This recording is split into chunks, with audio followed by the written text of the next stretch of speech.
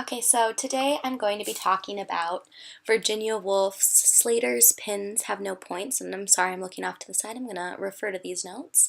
Specifically, I was hoping to tease out the title because I think it's super important to the themes of the story.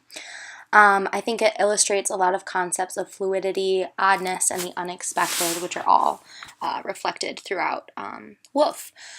So, a big thing, of course, we all know, is that the whole point of pins is to have points so that they can hold things down, hold things together.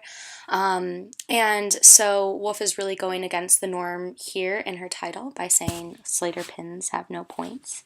And I think this illustrates how she also goes against gender norms by showing women who have sexual appetites, who are individuals, and choosing not to marry men and choosing not to be mothers. It goes against the whole supposed point of being a woman.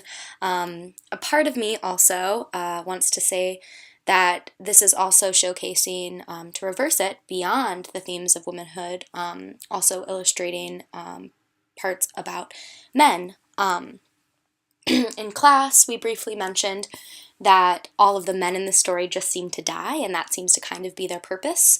And so it's almost as if they don't really have a purpose, pointless to say, similar to these Slater pins that we're talking about. Something that I kept thinking about to kind of go off this as well were themes of ownership. And this does relate, of course, to the title and to these main themes, but it is a little bit outside of them as well. So I think it represents not only ownership of the self, but also an ownership of others, these themes in the story being what I'm talking about. I really feel like Fanny admires Julia because she hasn't give up ownership of herself, and she has that independence.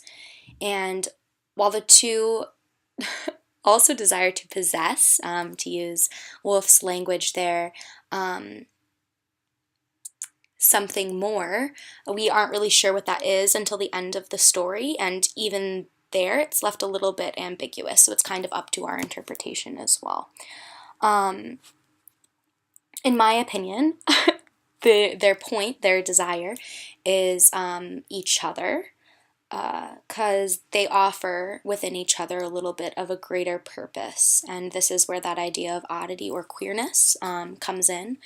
What is the point of being a woman without being owned is a question that I thought of.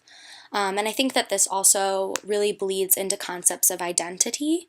I think what we're seeing beyond just black and white desire, and even to say the words black and white is a little wild with something like Woolf's work.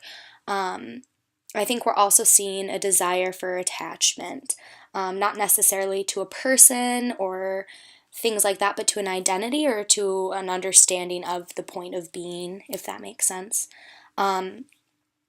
And of course, we can't necessarily infer what Julia is thinking or beyond that, but I think that we can say that there is definitely a want or a hunger or a desire for something more, and I think that would be a purpose at least.